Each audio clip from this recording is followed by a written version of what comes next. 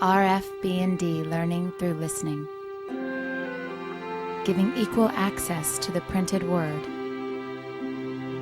creating opportunities for individual success, helping students stand on their own. In 1948, National Nonprofit Recording for the Blind was founded in New York for college-bound soldiers returning from the war. As the demand grew, the Los Angeles unit quickly followed. Eventually, the name was changed to Recording for the Blind and Dyslexic, or RFB&D, to include students with learning disabilities and anyone who was not able to read the printed page. By the time I got to the 8th grade, I never had read a book, ever read a book. They tested me for reading and I made an F. And they put me back in the 3rd grade reading. It was humiliating. And I just thought I was dumb. Well, in elementary school, I used to have tactics to avoid reading, like causing trouble to distract the teacher or just asking to go to the restroom. I would spend a lot of time drawing on paper because I had plenty of it. And in middle school, the teacher, he kind of tagged me on it and told me, you know what, I want you to read. You're not getting out of it this time. And I had to read, and I got embarrassed because I couldn't read in front of all my peers. And that's how that went until I got introduced to RFB&D. Before, when I did not have the Recording for the Blind, I always had to find someone to read the book for me in the Disabled Student Services. I am glad that they have this Recording for the Blind because that way I could borrow the books on tape without asking anybody for help. When I first got a textbook on tape, I was kind of like sketchy about it since I really failed at a lot of things like reading, and it's like this isn't something else that involves reading. I'm not gonna try it. I'm just gonna fail at it. I tried it out. I got the credit, and I heard a whole book in 2 days. And before that, I probably couldn't even get through a page. And so in class, I started becoming a good student, asking critical questions. Learning became like something I wanted to do, not something I had to do. I graduated from high school because I had the tools to get out. When I finally found out I was dyslexic, and this was what the problem was when I was tested. And that's when I was introduced to RFB&D. So when I got in college with RFB&D, a lot of the books were on tape, and that was the way I made it through college. And I got out with a 3.5 in UCLA, which is amazing.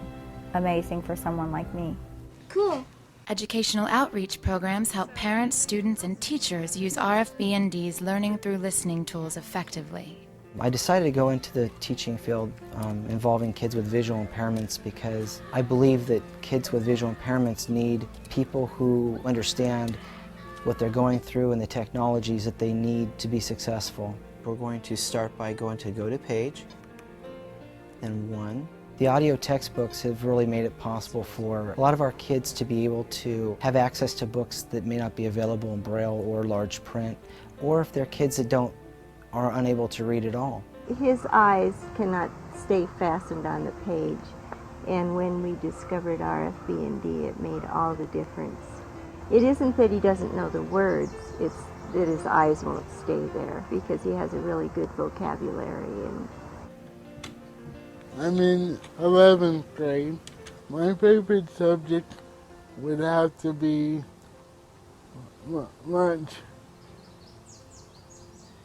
But no, seriously, my absolute favorite subject would have to be history and English.